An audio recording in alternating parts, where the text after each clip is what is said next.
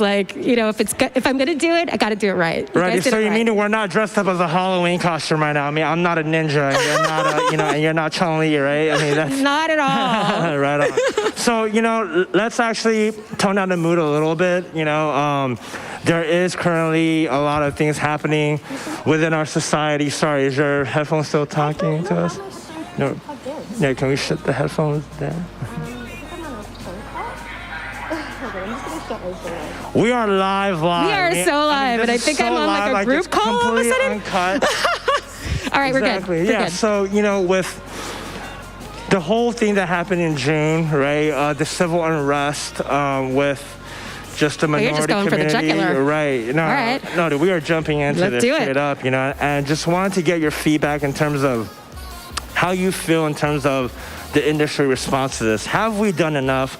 Are we doing enough? And can we do more? And more importantly, what can we do now to help shape the future of the music scene so that in the future, we don't even have to talk about this thing anymore because it's just so normal in terms of how equal everything is. Right. I mean, you're still seeing festivals that are going on in Europe that are predominantly white men. We need to change that. We need to have more diversity, like from the top to the bottom. We need more trans DJs. We need more people of color, indigenous folks, black folks.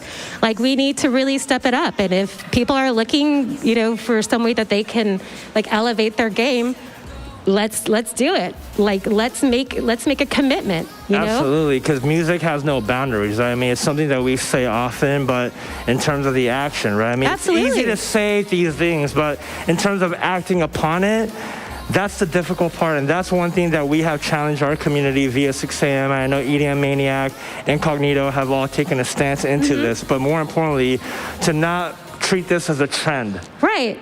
Absolutely. I mean, we just need to see more commitment. Put your money where your mouth is. Pay us the same as the white guys. I mean, look, it's an uncomfortable conversation that needs to be happening. Let's have it. And it's happening right now, live. Yeah. By the way. Let's have it. So, given the last couple months, let's switch the topic back to the pandemic. What have you found in terms of some positive light through this? I know there's not much positive things we can talk about, according to this, but what have you done in terms of being able to reflect upon the last couple months? Sure. I mean, I'm just really inspired by all the young people that are in the streets. I'm an old lady. I can't be all up in the streets like these young kids, but I did come out for our march on Pride Sunday, and I took part in that. But there's so much more that we should be doing.